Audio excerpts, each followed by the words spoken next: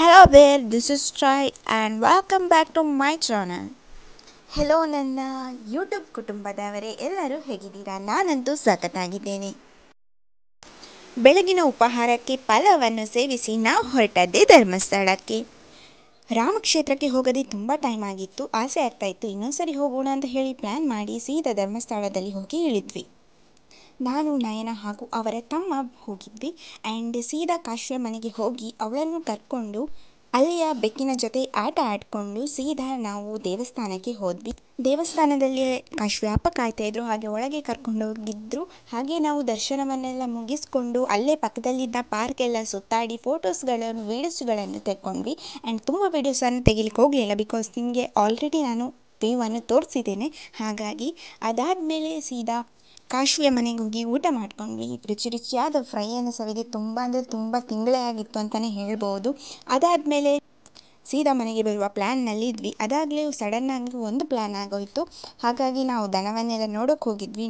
ಇಷ್ಟು ಸರಿ ಧರ್ಮಸ್ಥಳಕ್ಕೆ ಹೋಗಿದ್ದರೂ ಕೂಡ ಅದ್ರ ಹತ್ರನೂ ಹೋಗಿರಲಿಲ್ಲ. ನನಗೆ ಅಲ್ಲಿ ನೋಡೋಕೆ ಬಿಡ್ತಾರೆ ಅನ್ನೋ ವಿಷಯನೇ ಗೊತ್ತಿರಲಿಲ್ಲ.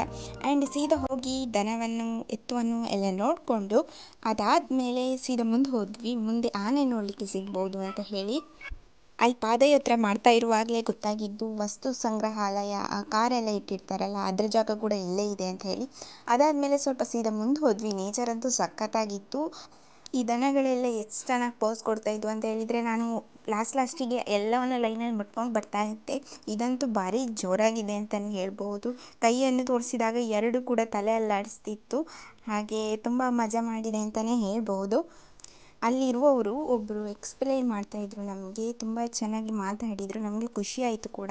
ಹಾಗಾಗಿ ಎಲ್ಲಿಂದ ಬಂದದ್ದು, ಎಷ್ಟು ತಿಂಗಳಾಯಿತು ಅದೆಲ್ಲ ಹೇಳ್ತಾಯಿದ್ರು. 6 ತಿಂಗಳಾಯಿತು ಉಜಿರೆಯಿಂದ ಬಂದದ್ದು, ಅಲ್ಲಿಂದ ಬಂದದ್ದು ಅಂತ, ಇಲ್ಲಿಂದ ಬಂದದ್ದು ಅಂತೆಲ್ಲ ಹೇಳ್ತಾಯಿದ್ರು. ನಾವು ಸ್ವಲ್ಪ ಮುಂದೆ ಹೋದಾಗ ಅದೇ ಆಗಲೇ ಹೇಳಿದ್ದೆಲ್ಲ ಕಂಟಿನ್ಯೂ ಮಾಡ್ತಾ ಇದ್ದೇನೆ ನೋಡಿ. ಮುಂದೆ ಹೋದಾಗ ವಿಮಾನ ಕಾಣ್ತು, ಸಿಕ್ಕ ವಿಮಾನ. ಆಗಿನ ಕಾಲದಲ್ಲಿ ಸ್ಟಾರ್ಟಿಂಗಲ್ಲಿ ಇಂಥದ್ದೇ ಕಂಡುಹಿಡಿದಿರ್ಬೋದು ಅಂತ ಹೇಳಿ ಅನಿಸ್ತು. ಕಾರು ಸಂಗ್ರಹಾಲಯದ ಹತ್ರ ಬೇಕಾದಷ್ಟು ಮಂಗಗಳು ಇದ್ವು, ಮರಿಗಳು ಇದ್ವು, ಹಾಗೆ ಬಸದಿ ಕೂಡ ಸಿಕ್ತು. ನಾವು ಹೋಗಲಿಲ್ಲ. ಆ್ಯಂಡ್ ಆನೆಯನ್ನು ನೋಡಿಕೊಂಡು ರಿಟರ್ನ್ ಆದ್ವಿ. Thank you for watching.